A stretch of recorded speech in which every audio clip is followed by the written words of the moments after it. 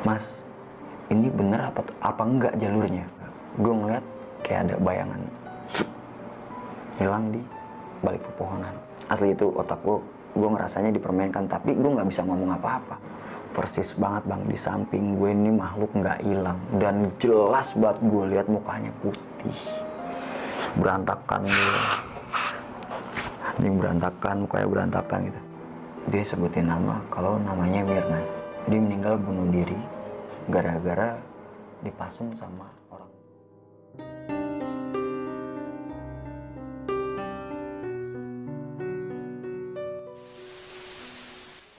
Assalamualaikum warahmatullahi wabarakatuh. Balik lagi bersama gue Indra di Besok Pagi. Pada kesempatan kali ini gue kedatangan salah satu penulis horor nih. Mungkin udah nggak asing juga bagi kalian.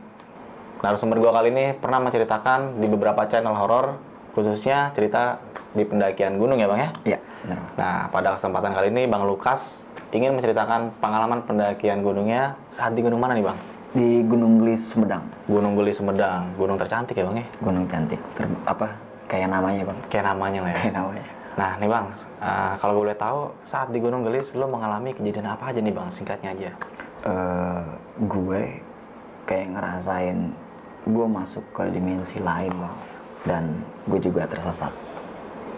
Oke. Ya. Gila, nanti untuk lebih jelasnya lu simak terus ceritanya sampai habis. Nah Bang Lukas juga mempunyai channel YouTube. Channel YouTube apa bang? Channel YouTube gue Lukas Priyatno. Lukas Priyatno, dan Facebooknya nih bang ya. Facebook juga nama yang sama, Lukas Priyatno. Nah nanti bakal gue cantumin juga di kolom deskripsi. Bahwasanya cerita yang pengen diangkat Bang Lukas kali ini bukan untuk menakut-nakuti teman-teman semua, tapi lu bisa mengambil sisi positif dalam cerita yang pengen diangkat Bang Lukas kali ini. Dan jangan lupa juga di subscribe Besok Pagi, like, comment, and share, dan jangan lupa juga nyalain loncengnya supaya tidak tertinggal video-video terbaru dari Besok Pagi. Bang, mungkin tanpa berlama-lama waktu nih bang, Ya. kita langsung aja masuk ke cerita.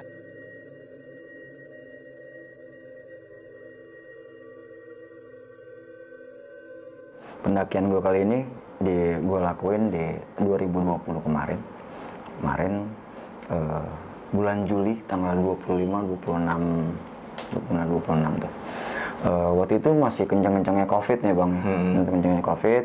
Tapi gue coba buka open trip ceritanya tuh, buka open trip.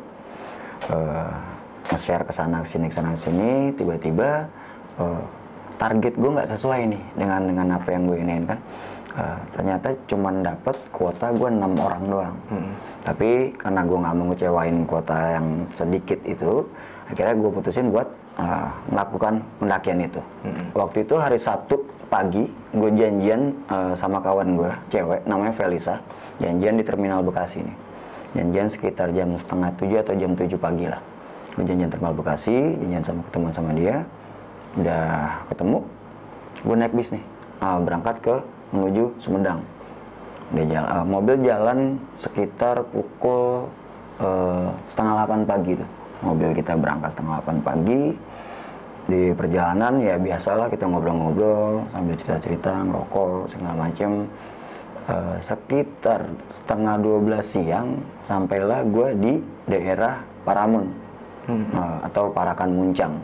Turun gue dari sana, gue lihat handphone gue lobet nih kan. Gue melipir dulu lah, gue nyari warung, gue pesan kopi sama teh sambil ngecas handphone, terus sambil ngerokok lagi. Handphone udah kelihatan penuh, gue coba ngubungin kawan gue namanya Mas Eko. Nah Mas Eko ini adalah temen gue SMP dan kawan gue mendaki pertama kali di tahun 1999 ke Gunung Gede. Nah dia yang nemenin gue. Gue kabarin Mas Eko, gue udah sampai di Parakan Muncang nih. Oh iya om, tunggu 15 menit lagi gue sampai. Yaudah, tunggu sekitar 10-15 menit. Datang nih Mas Eko sama Om Kewon, 2 motor ya. Dari situ udah gue bayar ke warung, bayar kopi sama teh, berangkatlah gue. Berangkat ke rumahnya Mas Eko. Gue nyebutnya si base camp. Jalan ke sana, ke daerah perumahan Arthur, kalau nggak salah perumahan Arthur. Nah, dan lagi ini gue bukan make jalur Jatiroke. Kalau di Gunung Gelis itu terkenalnya jalurnya jalur Jatiroke. Tapi ini gue pakai jalur mereka, jalur penduduk lah kasarannya, namanya jalur Bukit Jarian. Yaudah tuh, udah singkat cerita sampai lah gue di tempatnya Mas Eko, di rumahnya Mas Eko tuh. Ya ramah tamah, ketemu sama keluarganya, disediain makanan, gue makan dulu. Dan kita rencana muncak itu abis asar bang. Dan ada lagi nih, ada kendalanya, kawan gue yang dari Bandung 2 orang ini ternyata dia balik kerja jam 5 sore. Jadi gue calling-callingan nih sama namanya Mas Dian, namanya Kang Dian. Kang, gimana kalau kita belah aja jadi 2 kloter? Belah aja jadi kloter. Kenapa gue bilang gue pengen duluan sampai di puncak Gelis? Karena posisinya waktu itu MT Gelis itu lagi ngadain acara bersih-bersih gunung. Jadi kan pikir gue, oh pasti banyak banget. Nanti gue takutnya nggak kebagian tempat ngecamp gitu kan. Oh yaudah Bang Lukas, kalau mau duluan aja, nanti kita ketemu di atas. Ya udah, dari situ udah sepakat kita belah nih jadi 2 kloter. Kloter pertama gue, Felisa sama Mas Eko. Nah kloter kedua Teh Krisna, Kang Dian sama Om Kewon. Nah Om Kewon yang jemput gue tadi itu ya kan. Nah dia orang situ juga. Asar nih, ajan. Packing lah kita. Siapin barang-barang semua. Kita bertiga full bawa tas Errol satu-satu dengan porsi yang ya berat lah, kalau gue bilang berat banget. Dan catatan lagi di Gunung Gelis ini nggak ada air bang, nggak ada air, jadi kita harus bawa air dari bawah. Waktu itu gue beli air sekitar 4 liter lah, kalau nggak salah 4 liter. Ini gue masukin ke dalam tas gue. Di tas gue itu logistik sama kompor di gue semua. Jam 4 kita mulai trek. Nah Gunung Gelis nih gue bilang kecil-kecil cabai rawit nih bang. Jalurnya mulai dari penduduk udah nanjak. Udah tuh kita start jam 4 jalan sampai gue nemuin ladang penduduk nih. Si Eko teriak nih sama gue nih, Om istirahat dulu, gue capek. Oh ya udah. Nah Felisa posisi ada di depan gue nih, Fel, lo jalan aja nggak apa-apa pelan-pelan, yang penting gue masih ngeliat lo aman. Yaudah, jalan akhirnya dia. Nah gue temenin Mas Eko nih, gue bakar rokok. Anehnya bang, gue lihat persis di arah jam 12, persis di depan gue, cuman agak jauh jaraknya. Gue kayak ngeliat kayak orang lagi ngintip bang. Kayak orang lagi ngintip. Mungkin gue masih mikirnya gini bang, ini gue halusinasi nih kayaknya, karena gue terlalu capek dari Bekasi berangkat langsung ngetrek gitu, langsung muncak gitu kan. Mungkin gue halusinasi. Gue perhatiin lagi, orang yang tadi ngintip berubah jadi batang pohon. Gue bilang, orang yang tadi mana gitu kan. Gue nggak cerita. Dari situ gue udah mikirnya, ini belum apa-apa aja udah kayak gini nih. Udahlah, tapi udah. Akhirnya Mas Eko udah nih, napasnya udah kembali lagi normal. Ayo Om, lanjut lagi perjalanan. Yaudah ayo. Dan bener nggak gue ceritain sama sekali yang penampakan itu. Gue coba nge-track lagi. Posisinya Feli di depan, gue tengah, Mas Eko tetap di belakang. Udah masuk hutan nih. Masuk hutan, terus ada vegetasi hutan bambu. Gue sempat ngebreak di situ, ngobrol-ngobrol doang, atur napas. Berapa jam kemudian gue sampailah di pos 1 atau Bukit Jarian tepatnya. Di situ Eko minta break, Om keluarin kompor, kita ngopi. Yaudah, kita ngopi nih ceritanya. Cetek, nyalain kompor, kita ngopi, rokok, itu ngobrol-ngobrol. Nah, Felisa tiba-tiba ngomong, di sini banyak pemukiman warga ya, dia bilang gitu. Disautin sama Mas Eko, nggak ada Fel, di sini hutan pinus semua. Emang posisinya Bukit Jarian itu isinya bang cuma hutan pinus deh. Dan kenapa gue tahu di situ hutan pinus, karena sebulan yang lalu gue pernah ke Gunung Gelis. Jadi gue tahu betul Gunung Gelis itu di pos 1 udah nggak ada rumah penduduk gitu loh. Udah dari situ di skip, gue juga nggak mau bahas karena nantinya bakal gimana di pendakian kita gitu kan mikirnya. Yaudah tuh ngobrol-ngobrol lagi. Udah tuh akhirnya kita packing lagi nih. Baru mau jalan, terdengar azan maghrib. Kok pendakian gue lama banget kayaknya. Lama banget, jaraknya dari jam 4 setar sampai di pos 1 beberapa jam gitu kan. Udah tuh akhirnya kita mutusin yaudah kita break dulu 10 sampai 15 menit lagi sampai azan selesai. Yaudah akhirnya kita ngobrol-ngobrol lagi. Dan nih ditanya udah 10 menit 15 menitan, yuk jalan trek lagi yuk. Nah Mas Eko bilang sama gue, Om senter keluarin, takutnya nanti kita ketemu di jalur batu udah gelap gitu kan. Memang nanti dari dari pos 1 Bukit Jarian itu nanti kita naik ke atasnya udah jalur batu nih bang, udah langsung nge-trek aja tuh ke atas. Udah headlamp dipakai sama Felisa, gue bawa senter, Mas Eko bawa senter, kita megang senter satu-satu. Sekarang posisinya berubah, gue leader, Felisa tengah, sweeper Mas Eko tetap di belakang ngegawangin kita. Ya udah gue jalan, kita masuk ke hutan duri nih bang, termasuk hutan duri. Posisi masih terang lah karena emang baru maghrib kan. Tiba-tiba gelap. Di situ serentak nih kita bertiga kita berhenti nih bang, tak berhenti, cuma main lihat-lihatan doang. Mungkin pemikiran gue sama kedua kawan gue sama, kok tiba-tiba gelap gitu kan, kok tiba-tiba gelap. Kasarannya gini kan logikanya, kalau mau malam kan, dia lo pasti kelihatan kan, maksudnya redup, terus senja, baru gelap. Ini lo masuk, jadi jaraknya nggak jauh bang jalan nih bang dari tempat tadi titik gua ngopi, cuman muter doang, muter gitu dong, paling cuma berapa meter. Tahu-tahu pas masuk hutan duri, gelap total, gelap kayak nih lampu tiba-tiba mati padam gitu gue. Asli di situ gue kaget. Tapi tetap gue bertiga mutusin buat lanjutin pendakian itu. Gue teriak sama Mas Eko, Mas, golok keluarin. Karena posisi jalurnya udah ketutup bang, rimbun banget di depan. Begitu yang gue tahu di sebelah kanan gue itu adalah jurang. Jadi gue takutnya tergelincir dan ya amit-amit sih kalau hampir kejadian kayak gitu. Yaudah, tapi Mas Eko bilang sama gue, aduh Om, golok lupa dibawa, adanya pisau. Aduh, padahal packing udah gue bilangin golok bawa.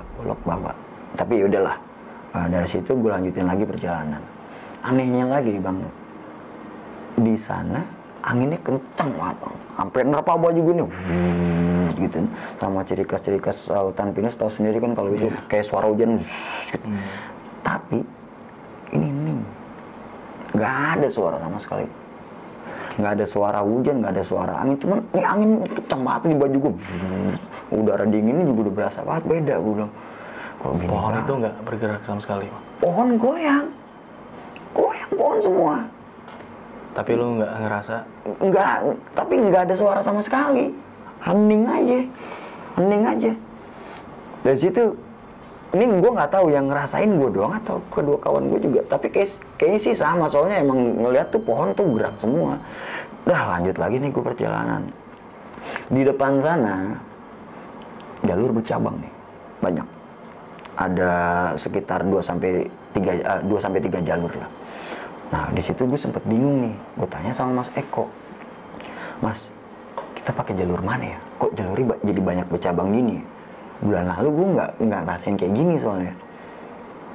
Dari situ nyari, ada di sebelah kanan gue ada pohon tumbang nih bang. Nah pohon tumbang itu adalah patokan kita buat menuju Gunung Gelis. Oh yaudah, akhirnya gue turun nih agak ke bawah. Nah sebelum gue turun ke bawah, gue lihat di sebelah kiri gue tuh kayak ada senter pendaki nih, kayak ada pendaki, cuman senternya doang yang kelihatan sama gue. Oh ada pendaki lain. Yaudah deh, tapi gue udah nemuin jalur kan, pikir gue udah gue jalan aja pelan, belok agak ke kanan, gue nemuin sebuah plang yang bertulisan dilarang menanam dari perhutani setempat. Nah dari situ, di situ gue sempet nanya sama Seko, Mas, ini jalurnya bener kan ya? Bener Om, jalan lagi. Yaudah, jalan lagi. Harusnya dari kita ketemu pohon tumbang itu, harusnya jalannya itu treknya udah nanjak dan berbatu. Ini bukannya nanjak, turun bang, makin turun. Gua nanya sama Mas Eko, Mas, ini jalurnya bener apa enggak sih? Bener om, ini jalurnya bener. Yaudah deh, gue jalan lagi nih. Nah, selang berapa menit, gue nemuin jalur batu. Wah, bener nih jalurnya. Weh, bener jalurnya. Yuk, semangat. Deh, tep melangkah, nggak sampai 5 menit jalur turun. Kok turun dalam hati gue? Tapi gue jalan terus bang. Gue jalan terus. Sampai di mana gue kayak nggak yakin gitu nih sama nih jalur. Akhirnya gue tanya lagi sama Mas Eko. Mas, ini bener apa enggak jalurnya? Bener om, ini jalurnya. Dan dari situ gue punya pemikiran kalau otak gue sama Mas Eko dipermainkan di situ. Kenapa kayak gitu? Gue ragu sama jalur itu. Mas Eko yakin itu jalur benar. Dan gue dibikin percaya sama omongan Mas Eko. Karena gue ngelakuin itu terus. Gue tanya, gue nggak yakin, tapi Mas Eko bilang ini jalurnya, gue ngelakuin terus. Udahlah, dari situ gue jalan lagi. Asli itu otak gue ngerasanya dipermainkan, tapi gue nggak bisa ngomong apa-apa. Posisinya sekarang kayak gini. Di sebelah kiri gue kayak hutan-hutan gitu kan, pohon-pohon gitu. Nah di sebelah kanan gue tuh jurang bang. Jurang, ada bekas pohon, tebang-tebangan pohon gitu. Gue liatin kayak gitu kan, gelap kan. Di sebelah kiri gue ngeliat kayak ada bayangan hilang di balik pepohonan sekali. Apaan tuh kan? Gue pikir mungkin halu gue aja lagi. Gue lanjutin lagi perjalanan. Di sebelah kiri lagi gue lihat bayangan itu lagi. Cuman kalau tadi kan lewat set terus hilang di balik pohon, ini dia jalan set nabrak gue bang. Set dan nabrak gua, tapi hilang. Mau nabrak tapi ngilang. Asli bang, di situ gua kaget. Di situ gua kaget banget, gua bilang, ya Allah itu apaan? Gua bilang, udangkul gua udah gemeteran gitu kan. Kalau itu apaan? Tapi gua lagi-lagi gua nggak ngomong sama dua kawan gue ini. Lanjutlah lagi gua perjalanan. Nggak tahu berapa lama gua jalan di sana. Di sebelah kanan gua jurang itu, gue ngeliat ini bang, sosok yang paling gue takut di pendakian ini adalah sosok ini. Jaraknya masih agak jauh nih bang, nggak terlalu terlihat. Gue ngeliat kayak ada putih ngejuntai, di sebelah kanan persis ngejuntai. Gue makin lama jalan lagi, dan semakin dekat gue semakin jelas. Justru gue malah ngeliat kayak rambut.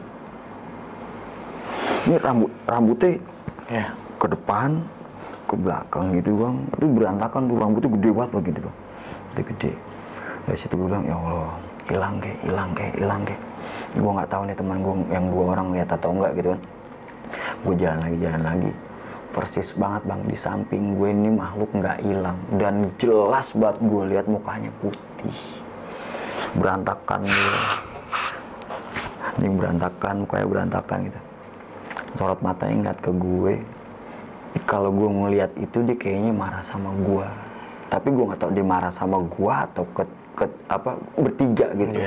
Gue nggak tahu, tapi dia ngeliat ke gue kayak marah gitu kan. Gue dari situ dengkul gue udah gemeteran, ya Allah, gue mau balik asli. Gue udah pengennya sih, aduh gue nggak mau ada di posisi ini, gue di depan lagi posisinya ya kan. Dari situ udah nih makhluk gue lalui nih bang. Gue jalan lagi udah yang dengan gemeteran gitu kan. Dan lagi di depan gue, jalur gue keputus, terpotong. Gue angkat tangan nih, stop, jalur kita keputus. Jadi dari sebelah kiri jalan nih kayak ada aliran air yang nyapu jalan gitu bang. Jadi treknya keputus gitu kan. Kita break nih, akhirnya bertiga kita break. Om, gimana jalurnya kepotong nih? Emang di depan nggak ada lagi? Om, kata Mas Eko gitu kan. Yaudah deh, lu berdua tunggu sini, gue coba cek ke depan. Gue bilang gitu. Yaudah, si Feli sama Mas Eko nunggu di situ kan. Gue masih bawa tas keril, gue lompatin itu jalur kepotong sekitar ada 2 sampai 2,5 meter lebarnya, gue lompatin, gue jalan tuh ke depan. Sekitar 3-4 meter ke depan, jalurnya makin rimbun bang. Makin rimbun, makin kecil, jurangnya makin terlihat jelas. Dari situ udah tuh, gue balik lagi ke tempat titik semula kan. Gue ceritain sama Mas Eko, di depan jalurnya makin parah. Gue bilang, Mas, gimana? Gue bilang gitu. Jadi gini deh, gue nanya sama Mas Eko, estimasi dari pohon tumbang ke titik ini kira-kira berapa lama? Dia bilang gitu. Gue bilang gitu kan, adalah sekitar 1 jam om. Dia bilang gitu, sekitar 1 jam. Yaudah gini aja, gimana kalau kita balik ke pohon tumbang itu? Soalnya gini, ini udah bukan jalur kita nih, ini bukan jalur pendakian. Gue bilang, ya sekali lagi yang buat kawan-kawan, kalau memang ini bukan jalur kita, jangan coba-coba untuk nerabas atau kayak gimana gitu ya bang. Nanti beresiko kita sama kita sendiri. Gitu ya. Kita nggak banyak debat di sana. Akhirnya kita mutusin buat balik ke pohon tumbang itu. Yaudah. Akhirnya posisi tetap masih sama kayak tadi. Gue depan, Felisa tengah, Mas Eko ada di posisi belakang. Baru jalan beberapa meter, Felisa teriak sama gue, As, tali sepatu gue lepas gitu kan. Yaudah, gue balik badan, gue iketin tali sepatunya. Sebenarnya bukan mau manjain kawan gue sih. Gue mikirnya gini, tas keril yang dibawa sama Felisa itu berat. Jadi gue nggak mau ngebebanin dia juga gara-gara peristiwa kayak gitu ya kan. Yaudah, akhirnya gue balik, gue iketin sepatunya, udah selesai. Dah, yuk berangkat lagi. Udah, akhirnya gue jalan lagi depan, Felisa tengah, Mas Eko tetap belakang. Nggak tahu gue agak lupa nih bang berapa lamanya tuh jalan. Di depan gue lihat kayak di bayangan babi bang, persis di depan gue bayangan babi. Gue sempat berhenti, apaan tuh gue bilang. Tapi kayak terus berubah jadi kayak pohon-pohon kecil yang di bawah gitu kan. Mungkin memang halusinasi gue lagi. Gue selalu berpikir positif kayak gitu terus. Dan makhluk yang tadi gue lihat yang di jurang gitu, dia nggak ada, udah nggak ada. Makhluk yang di jurang udah nggak ada, sama yang di pohon-pohon itu udah nggak ada. Gue lanjutin lagi perjalanan. Dan satu lagi nih yang aneh, pikir gue nabrak sarang laba-laba. Logikanya gini bang, tadi kita lewat jalur situ, gue nggak nabrak apa-apa, tapi setelah balik gue nabrak sarang laba-laba. Ya, tadi gue lewat mana gitu kan? Tadi gue lewat mana? Itu dari pas gue temuin si bayangan babi itu sampai di trek gue jalan ke depan, gue nabrak sarang laba-laba. Logika kan secepat apa gitu kan? Bentuk sarangnya itu sarang gitu tuh bener gue nabrak sampai gue gini-giniin bang. Dan lagi-lagi gue nggak tahu nih, ini yang ngerasain gue doang atau 2 kawan gue ngerasain juga. Kalau mereka ngerasain mungkin pasti ada bahasa lah. Banyak banget laba-laba nih, banyak banget gitu. Nah dari situ udah gue nggak habis pusing, gue sambil gini-gini ya kan, karena emang banyak sarang laba-laba. Tiba-tiba Mas Eko nunjuk, Om, pohon tumbang. Tahu-tahu gue udah nyampe aja bang. Tadi posisinya gue jalan itu gue lama banget. Ini pas setelah balik itu gue udah nyampe pohon tumbang. Tahu-tahu nyampe, nggak ada setengah jam gue udah nyampe di pohon tumbang itu lagi. Gue bilang, dari situ gue minta break dulu. Gue coba berpikir di situ. Akhirnya gue ngeliat ada kayak jalan di sebelah kanan gue. Gue lewatin jalan itu. Lo tunggu sini berdua. Gue coba lihat ke sini. Udah, gue jalan ke depan. Dan ternyata gue nemuin jalur trek batu ke atas. Gue bilang, ketemu juga nih jalur tadi kemana? Gue bilang tadi bener-bener gue nggak lihat sama sekali jalur itu ada. Nggak lihat sama sekali gue. Dari situ deh, gue teriak, Fel, Mas, naik, jalurnya ketemu. Gue bilang gitu. Dah, dari situ tuh mereka naik nih berdua nih. Kan naik berdua, udah tetap gue naik paling depan, gue jalan paling depan. Udah tuh, udah ngelewatin jalur batu, udah pertengahan. Felisa teriak sama gue, kayak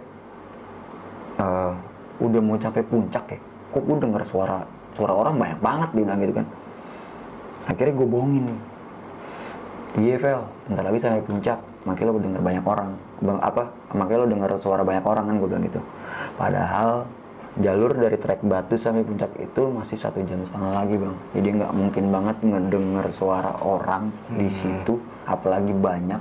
Dan gue nggak denger apa-apa posisinya.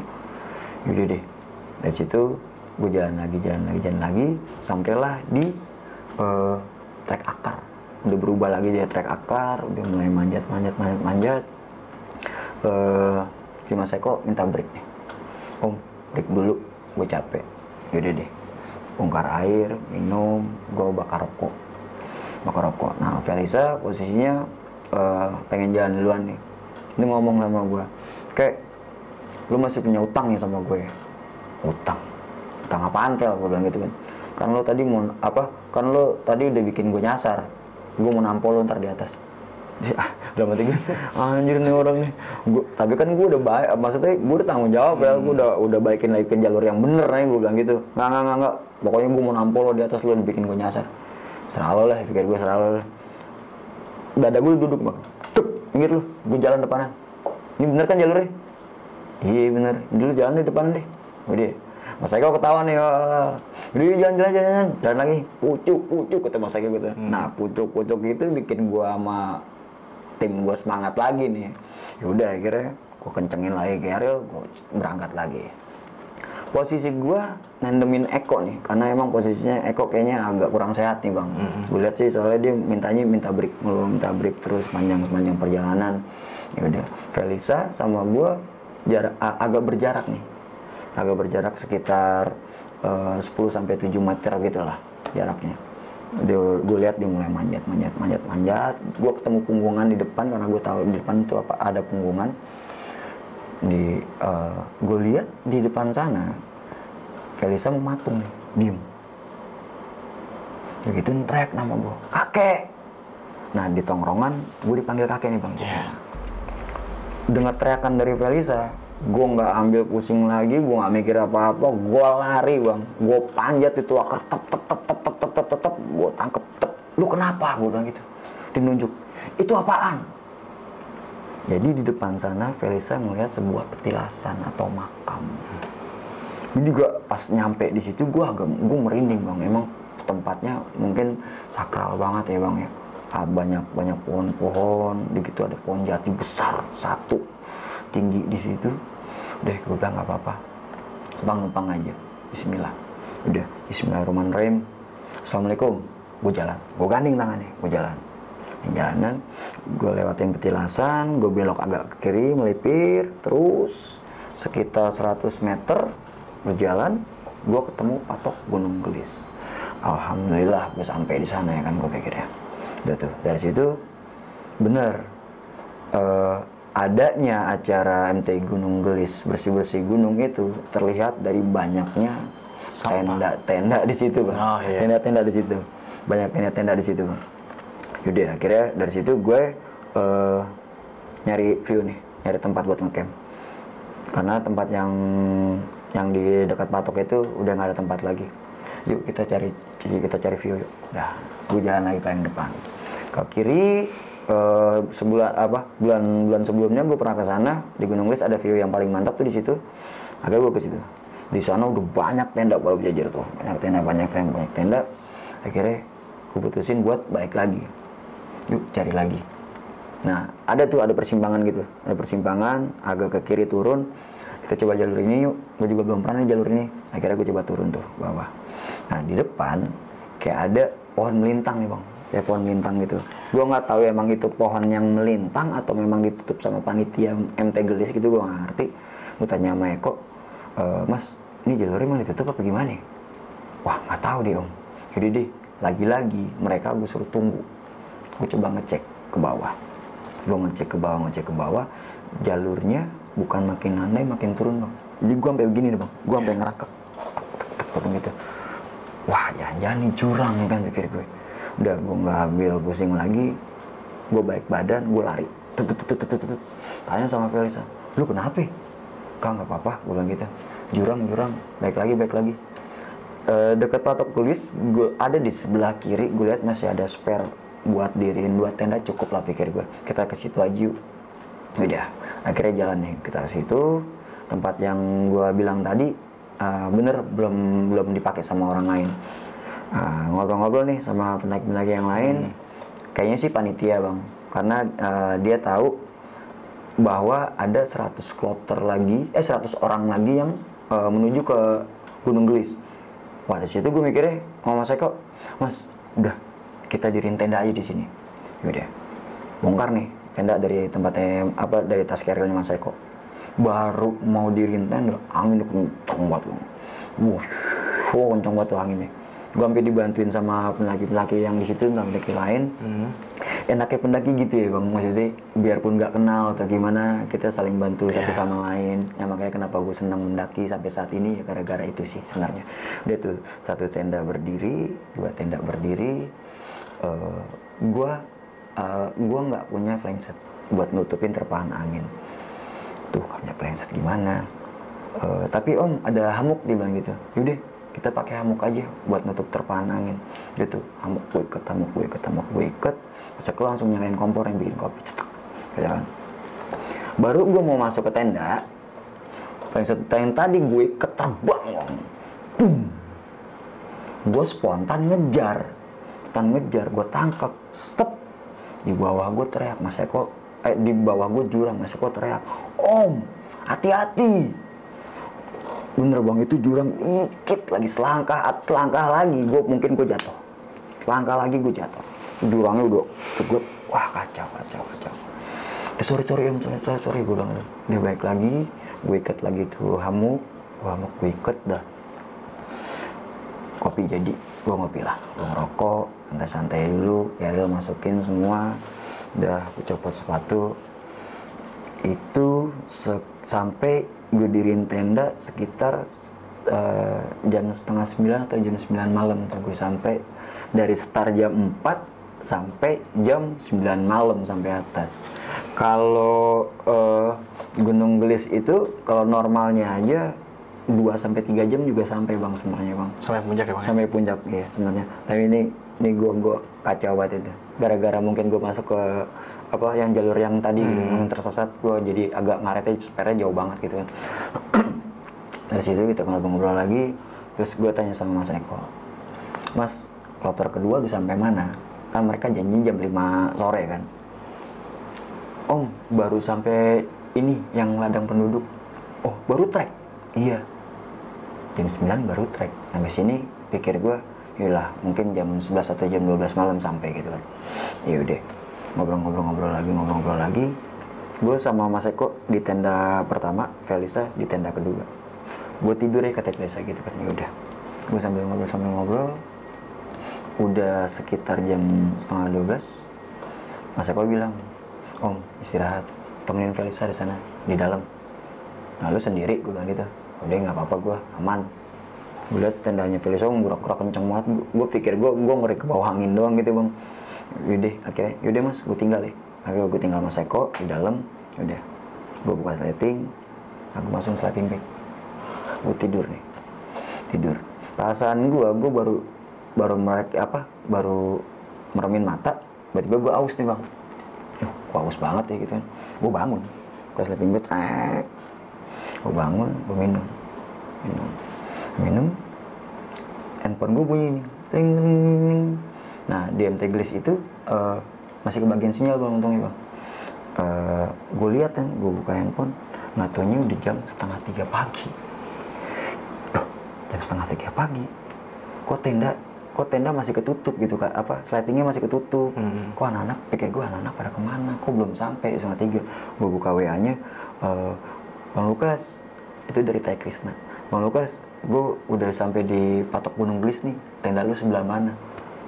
Udah teh, lu tunggu situ aja, gue samperin lu, gue bilang gitu. Udah, gue bangunin Felisa kan, Rafael, bangun, lu mau kemana ya? Gue jemput anak-anak dulu. Udah, jangan jauh-jauh lu, ternyasar. Lu kalau ngomong salah-salah lu, gue bilang gitu. Memang temen gue ini emang ngasal kalau ngomong salah-salah. Dari situ deh, gue buka sleting, trek, gue pakai sepatu deh. Baru sebelah, gue lihat ada 3 pendaki jalan. Ternyata kloter kedua sampai. Dari situ gue panggil, Om, sini. wih nuduh pengen tunjukkan udah tuh. Itu udah kita kumpul nih, udah nyatu kita berenam. Udah tos gimana. Kalau lama banget nyampenya gitu kan. Wah adalah pokoknya bla bla bla gitu katanya deh. Udah, ntar deh gue bikinin kopi. Udah nih, gue bikin kopi, cetak. Bikin kopi, dari pas gue bikin kopi ini, gue kayak penasaran nih bang. Gue kayak pengen merhatiin Teh Krisna terus gitu. Teh Krisna ini kawan gue yang dari Bandung kan. Antara gue mau merhatiin Teh Krisna, terus gue balik lagi ke api. Ntar gue mau merhatiin dia lagi, gue balik lagi ke api. Karena posisinya anginnya kencang banget gitu kan. Tiba-tiba Teh Krisna manggil gue, Kas, Lukas. Tapi bang, gue tahu banget ini bukan suara Teh Krisna. Dan ini suara, jadi gini bang, gue dulu lagi gue masih SMP, gue kenalan dan gue punya teman makhluk astral. Namanya Mirna. Dan suara itu gue tahu banget itu suara dia. Dalam hati gue, loh, kok bisa ada di sini? Gitu kan? Dari gara-gara kayak gitu, gue jadi penasaran kan. Gue merhatiin nih si Teh Krisna duduknya gitu bang, bersimpuh gitu, liatin makin ke atas. Gue liat wajahnya senyum, anjir, dia bener bang. Terus gue bilang, kok dia biasa ada di sini? Terus gue ngomong sama Triska gini, sama Teh Krisna, udah, gue bilang gitu. Yaudah, dari pas abis gue ngomong kayak gitu, Teh Krisna biasa lagi nih. Gue kasih tahu, Teh Krisna ini adalah seorang indigo. Dia bisa menguasai makhluk astral yang mau berkomunikasi sama dia dan masuk ke tubuhnya dengan seizin dia. Jadi kalau ada makhluk astral minta izin mau masuk dan keluar dengan seizinnya dia. Di situ udah gue bikin kopi udah selesai, tuh minum, gue bilang gitu, minum. Posisi kayak gitu lagi Teh Krisna manggil gue, Kas, Lukas. Gue cuma dalam hati bilang, Mir, jangan di sini, nanti aja di bawah, gue bilang gitu. Jadi dengan sama Mirna nih bang, gue bisa ngeliat, gue bisa berkomunikasi, biarpun gue nggak ngomong, tapi dalam hati, biarpun gue ngomong dalam hati, gue bisa tersampaikan. Nah dari situ gue lihat lagi Teh Krisna, udah biasa lagi. Dari situ gue bikinin mereka mie. Nah setelah makan, gue bikin nasi liwet. Om Kewon tidur, Kang Dian masih bangun, Faisal tidur. Terus gue bilang sama Teh Krisna, Teh, lu istirahat aja, capek. Ntar kalau nasi mateng lu gue bangunin. Yaudah deh bang, gue tidur ya. Yaudah deh. Akhirnya Teh Krisna tidur. Tinggal yang bangun gue, Mas Eko sama Kang Dian bertiga. Ngobrol-ngobrol. Itu kalau nggak salah udah subuh lah bang. Udah subuh karena mereka datangnya udah 2:30 kan. Udah subuh.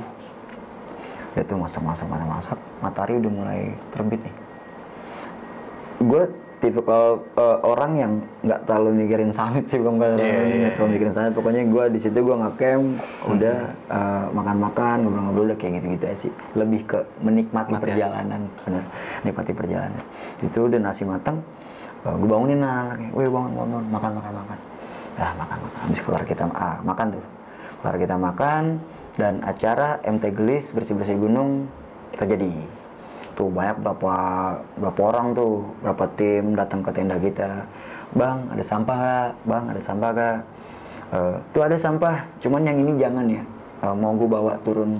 Emang sengaja sih gue gituin karena memang posisinya biar terbiasa aja lah bang. Kalau kita puncak gunung itu harus bawa sampah. Biarpun posisinya mereka lagi bersih-bersih, tetap aja kita harus bawa sampah gitu kan.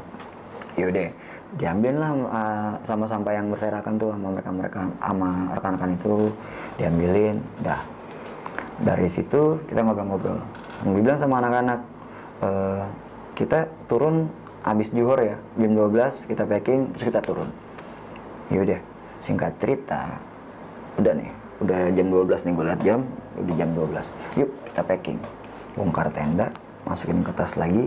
Teh Krisna mau jajalin tas gue dibilang, teh jangan dibawa, berat. Gue bilang gitu, tas gue berat banget sumpah. Nggak apa-apa bang, gue mau cobain. Ya udah sok, gue bilang gitu. Dalam hati gue, yes gue enteng gitu ya. Yes gue enteng. Udah, gue bilang sama anak-anak, ntar ke patok Gunung Glis dulu kita foto. Iya bang. Nah dari situ gue mau ke petilasan. Kita berdoa, seenggak-enggaknya biarpun kita nggak tahu makam siapa yang ada di situ, ya apa salahnya kita buat doa buat almarhum ya kan. Ya udah, habis foto selesai, kita berangkat ke petilasan. Gue masuk ke petilasan. Di petilasan, jadi di Gunung Glis itu ada 2 petilasan bang, 2 petilasan. Gue masuknya di petilasan yang Felisa lihat tuh, masuk ke situ. Kalau petilasan yang sebelah sananya itu dia diapit sama pohon jati. Yang tadi sempat lo jelasin itu ya. Pohon jati itu, jadi sebenarnya puncak Gunung Glis itu bukan patoknya. Pohon tersebut sebenarnya puncak Gunung Glis itu. Kalau menurut penduduk setempat sih ceritanya kayak gitu bang. Nah tapi gue nggak masuk ke petilasan yang di pohon besar itu. Gue masuk yang ke pertama. Nah di petilasan itu gue lihat kayak ada kotak jaruk besi ditutup kain putih. Nah gue jalan ke sana. Gue ada celah bang, ada celah. Gue lihat dari luar gue lihat di sana kayak ada sebuah patok yang ditutupi kain putih, diikat, dan banyak kembang-kembang di sana bang.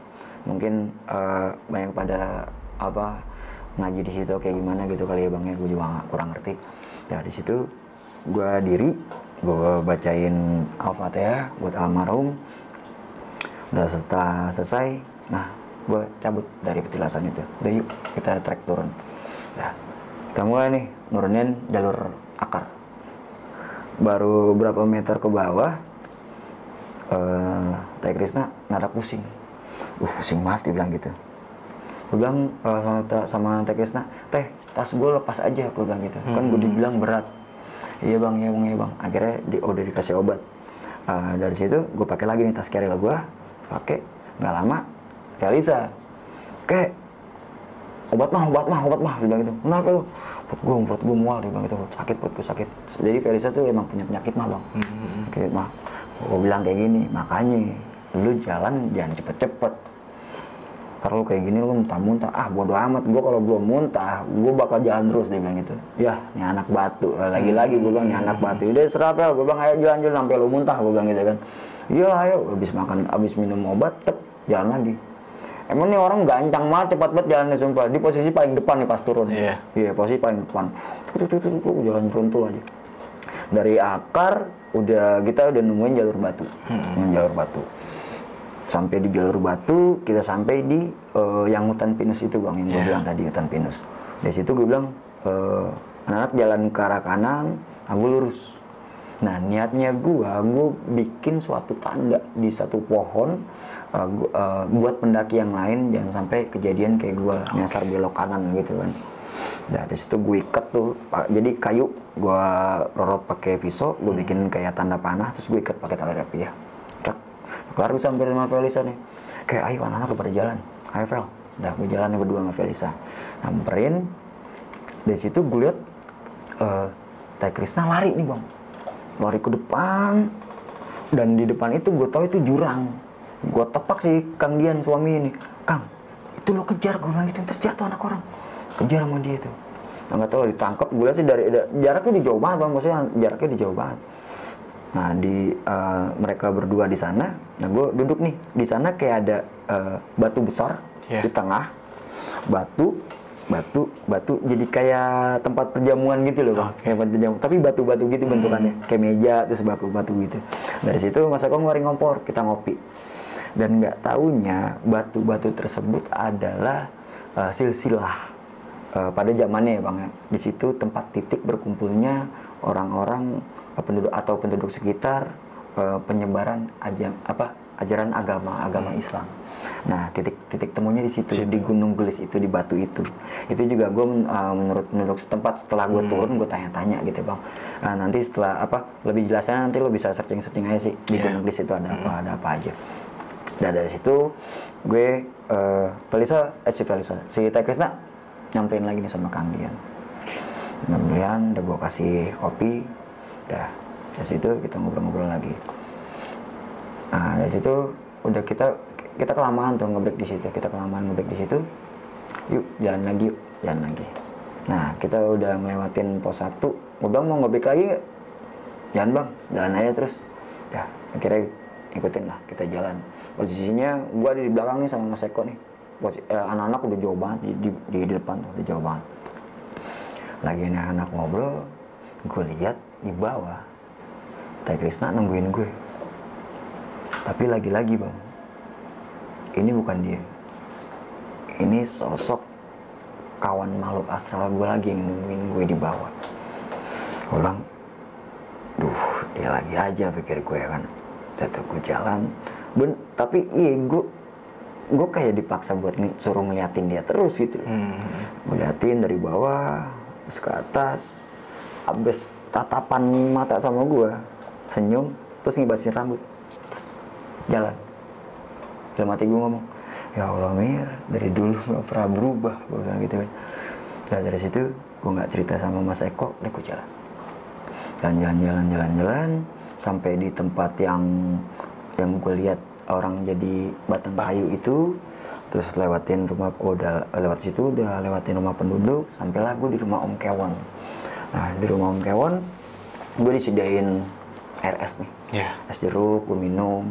Dari sana nyolek gue, kayak tidur yuk, istirahat di base camp gitu. Ya udah akhirnya gue bilang sama Mas Eko, Mas rumah yuk, Felisa ngantuk, ayo Om berangkat.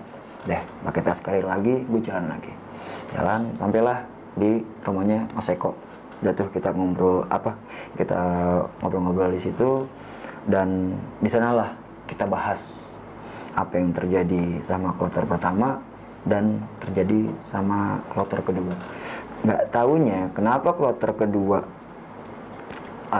agak ngaret sampai di puncak Gunung Gelis, ternyata kloter kedua pun kesesat bang di pendakian mereka. Jadi kloter gua kesesat, kloter kedua pun tersesat, makanya dia ngaretnya jauh banget sampai spare-nya berapa jam gitu ya kan. Nah dari situ kita bahas tapi alhamdulillahnya kita berenam nggak ada yang kenapa-napa, balik lagi ke titik semula, dan alhamdulillah selamat deh bang gitu. Jadi ceritanya selesai sampai situ.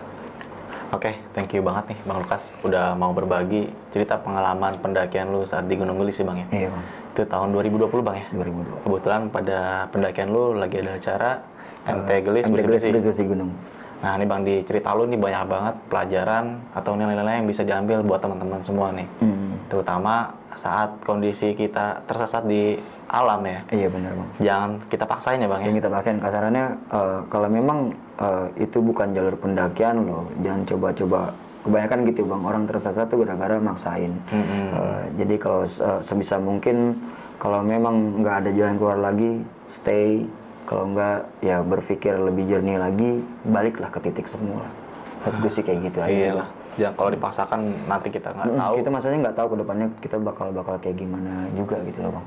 Apalagi dengan ilmu yang minim Bang, yang lebih bahaya lagi ya. Bener. Nah, tanya-tanya survival atau pelajaran yang buat tentang alam, kita mesti pelajarin juga. Penting banget itu ya Bang. Penting banget, fisik juga, kayak gitu-gitu sih. Dan tadi juga lo sempat menjelaskan pentingnya kita membawa sampah kita pribadi Bang ya.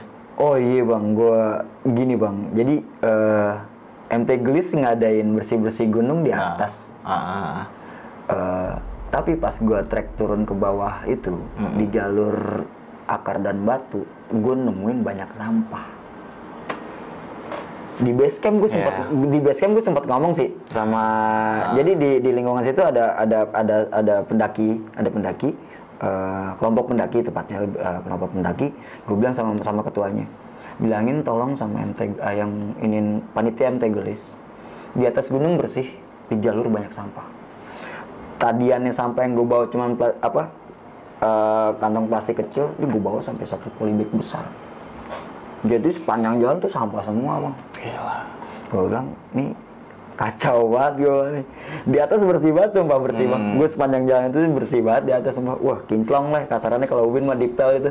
Tapi di treknya parah bang. Itu sampah dari mana aja itu, gue mungutin sampai penuh gitu, sampai penuh gue. Tapi gue sampein sama ketua yang kelompok pendakian itu, insya Allah sih disampaikan sama MT Gelis sih. Gitu. Nah di sini kan kita mengambil pelajarannya, kalau kita naik gunung tuh jangan sampai sama sekali sampah kita tinggalin gitu aja bang ya. Iya benar, biarpun tadi yang gue bilang, biarpun di situ ada acara bersih-bersih sampah, sebisa mungkin lo harus bawa sampah lo sendiri. Harus harus dibiasakan, harus dibiasakan. Di cerita lo kan ini lo sempat mengalami tersesat nih bang ya. Sampai pada daerah ini kita ulas saat lo balik ke jalur yang lu tersesat, lu buat tanda nih penting banget nih bang, nih lu mungkin berjasa banget buat teman-teman. Ya karena gue pikirnya gini loh, ya jangan sampai ada kejadian kayak gue lah, nyasar-nyasar kayak gitu lah, pikir gue gitu. Jadi kenapa gue bikin patok kayak gitu sih, lebih ke situ aja sih gue mikirnya bang. Simple. Nah kita ulas mistisnya nih bang. Siap. Nah di pendakian Gunung Gelis ini lo mengalami kejadian yang mungkin dari awalnya udah aneh bang ya. Iya. Yang pertama kali pendakian lo melihat sosok yang menyerupai batang kayu nih. Ya. Itu batang kayunya gede apa gimana bang? Ukurannya sih kayak badan bang, paling seginian lah kalau diukur gitu kan, paling segini. Jadi gini loh, pertama gue lihat itu cuman batang kayu doang, cuman gue lihat dari batang kayu itu kayak ada orang ngintip gitu bang, gitu tuh, kayak ada orang ngintip. Siapa ya, pikir gue, siapa? Gue bakar rokok, gue perhatiin lagi, yang tadi ngintip tuh kayak batang kayu gitu bang. Jadi lurus terus batang kayu belok gitu. Jadi batang kayu gitu. Dari situ tuh gue udah mikirnya, itu apaan sih, pikirin gitu kan. Dan yang melihat cuma lo aja bang ya? Dan gue emang nggak cerita sama kawan lo itu? Lisa, ya. Sampai turun ke bawah nggak cerita? Di base campnya baru cerita. Di base campnya gue baru cerita. Nah nanti nih lo abis itu melanjutkan perjalanan kembali. Di sini lo mengalami tersesat nih bang. Disorientasi jalur bang ya? Iya benar. Jadi apa ya, kayak yang ngerasanya nih gue kayak masuk ke dimensi lain tuh, yang pas tadinya terang tiba-tiba berubah menjadi gelap. Ini beneran dari terang terus gelap banget, gelap gulita gitu. Gelap gulita, udah namanya hutan gitu kan. Hutan pinus, nggak ketutup sama ketutup semua kan, udah cuman ngandelin cahaya senter aja. Untung senter Mas Eko ingetin sebelumnya, keluarin. Di sini lu cepat mengira kalau otak lu dipermainin nih bang. Sama Mas Eko ini. Mas Eko mau memastikan kalau ini jalur benar. Tapi gua ngerasain ini bukan jalur, tapi gua ngikutin omongan Mas Eko terus kalau itu emang jalur benar gitu. Di situ gua mikirnya, nih otak gua dipermainkan. Sampai akhirnya lu sadar nih bang ya, lu memutuskan untuk balik ya? Iya. Gua ketemu jalur terpotong, di situ gua baru mikir kita harus balik. Ini bukan jalur pendaki. Nah, saat lu tersesat nih bang, lu melihat salah satu sosok yang nggak mau sama sekali lu lihat dalam hidup lu nih bang ya? Oh iya, wah gila itu sih. Nah, sosoknya itu tadi lu sempat jelaskan kalau rambutnya itu. Jadi gue jabarin lagi, gue perjelas. Mukanya putih nih bang, kayak putih berantakan. Rambutnya acak-acakan bang. Iya. Rambutnya acak-acakan, hampir separuh nutupin muka gitu, ngejuntai ke bawah, belakang. Jadi gue ngelihat jelas, cuman kayak bubayang gitu bang. Gue bisa lihat yang ada di belakangnya itu gelap gitu, gue bisa ngelihat. Cuman gue jelas banget rambutnya sini, belakangnya kelihatan gitu. Udah gitu, gue penasaran. Senter gue arahin ke bawah.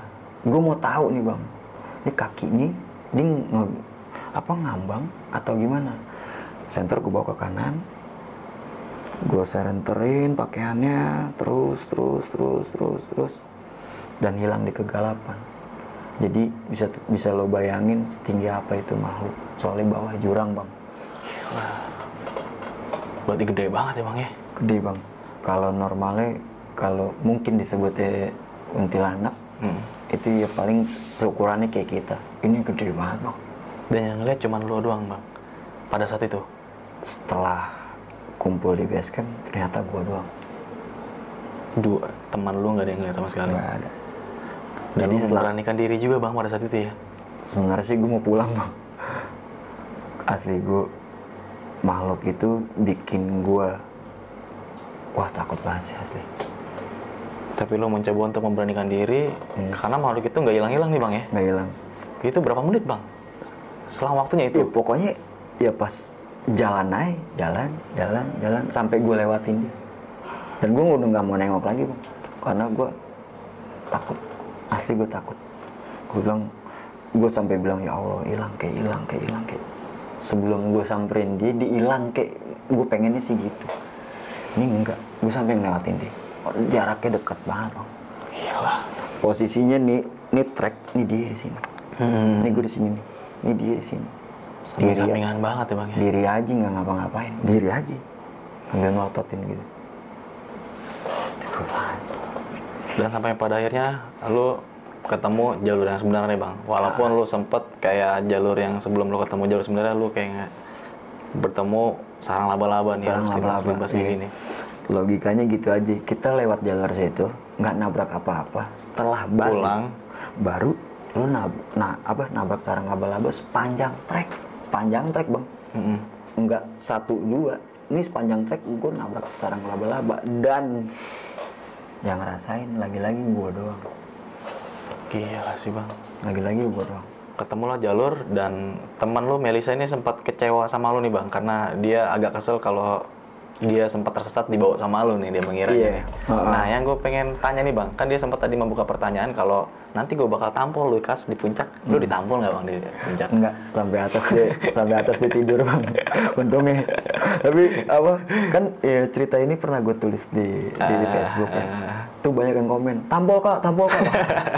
Gue suruh ditampol. Sampai bilang live. Wah, siapa sih gue bilang.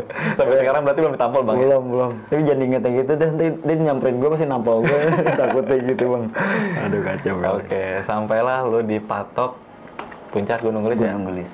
Nah, di sini lu mencoba mencari spot tempat camp area nih bang? Iya, cuma emang nggak dapat. Nggak dapat ya? Lu sempat juga jatuh ke jurang karena mengejar flysheet lu nih bang? Iya, hampir. Hamuk ya bang ya? Hamuk. Hampir selangkah lagi.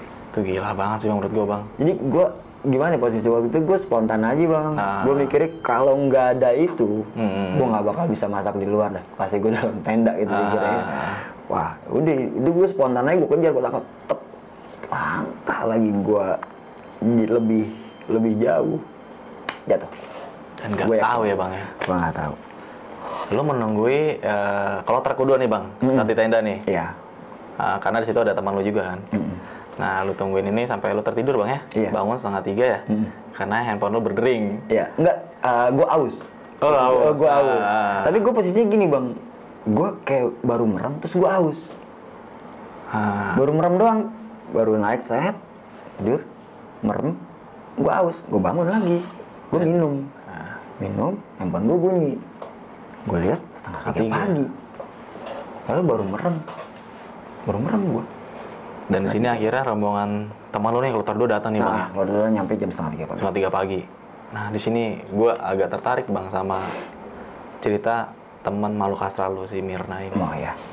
Nah, lu sempat menyangkakan kalau si Krisna ini dirasuki sama salah satu teman astral waktu kecil lu bang, si Mirna ini ya? Iya. Bisa dijelasin nggak sih bang si Mirna itu? Jadi di tahun 98 jadi sebenarnya kayak suara-suara gitu bang, manggil nama gue. Setelah berapa lama akhirnya gue beraniin diri untuk sautin panggilan itu. Dan posisinya di rumah gue, di kamar gue sih lebih tepatnya, dia sebutin nama kalau namanya Mirna. Dan lagi-lagi gue coba beraniin diri buat nanya, kenapa lu meninggal, kenapa?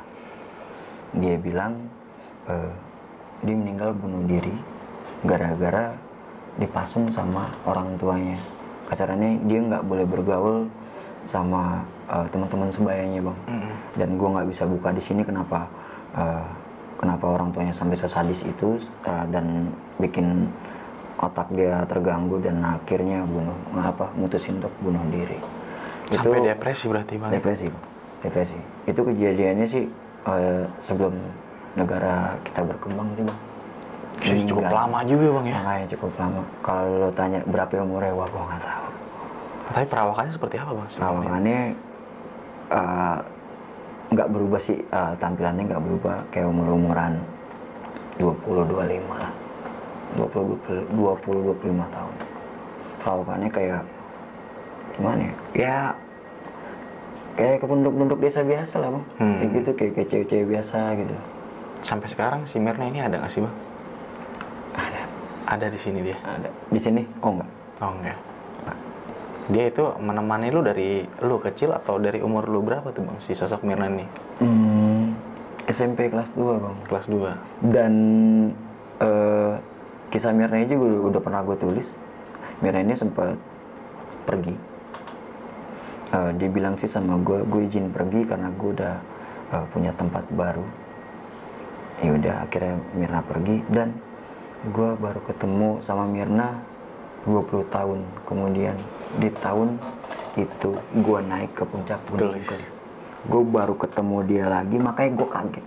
Gue tahu itu suara siapa, gue tahu banget auranya kayak gimana, gue tahu banget, dan gue kaget kok bisa ada di tempat ini. Gitu bang. Setelah turun gunung, Mirna ini hilang lagi bang? Masih. Masih. Oke. Masih nemenin gue sampai saat ini. Dan lu sempat tadi juga dijelaskan pernah ditulis di salah satu fanspage atau akun Facebook lu? Facebook lu ya, tentang cerita pengalaman lu ya bang, tentang si Mirna juga ya. Mirna juga. Nah nanti buat yang penasaran teman-teman sama tulisan dari Bang Lukas, nanti bakal gue cantumin juga di kolom deskripsi ya bang ya. Ya. Nah nih bang, akhirnya lu keesokan harinya nih bang ya, setelah bersih-bersih gunung, lu melanjutkan untuk turun nih. Nah di situ lu sempat break di salah satu batu yang tersusun rapi nih. Batu seperti meja kayak pertemuan. Itu batunya kayak tersusun rapi begitu bang? Ada mejanya gitu? Iya, jadi ini kayak gini nih, batu besar, terus ini batu besar, batu kecil, ya kayak gini, kayak bangku, batu kecil, batu kecil, batu kecil. Ada 3 atau 4 batu yang melingkar gitu. Iya. Ini juga apa, batunya nggak rata sih, cuman kayak buat naruh kopi itu bisa gitu. Kayak pertemuan gitu lah, batu-batu pertemuan gitu. Di situ ceritanya kalau tempat itu adalah suatu pertemuan untuk menyebarkan ajaran agama Islam pada zamannya. Pada zamannya gitu. Nanti teman-teman bisa searching lah di Google tentang sejarah gunung itu di Gunung Gelis ya bang ya. Gunung Gelis. Oke. Mungkin itu aja sih bang. Iya. Nih kompleks banget cerita lo saat di pendakian di Gunung Gelis. Mungkin buat teman-teman semua bisa diambil sisi positifnya ya bang ya. Iya benar. Dan semoga bermanfaat juga buat teman-teman semua. Oke, sebelum akhiri cerita nih bang, lu punya pesan-pesan nggak sih bang buat teman-teman semua yang nonton nih? Pesan saya gini aja. Cerita yang ini gue bukan mau nakut-nakutin kalian buat mendaki gunung sekali lagi. Ini gue ceritain, ambil segi positifnya karena posisinya gue kesasar. Apabila lo ada di posisi kayak gue, jangan sampai lo kayak nerabas jalur dan segala macam. Nah, kalau bisa lo balik lagi ke posisi semula, biar lebih safety lo juga dan perkuat tim lo. Kenapa di pendakian gue nggak, apa yang gue lihat gue nggak ngomong sama mereka karena gue ngejaga mental kedua teman gue juga kayak gitu. Dan lagi apa ya?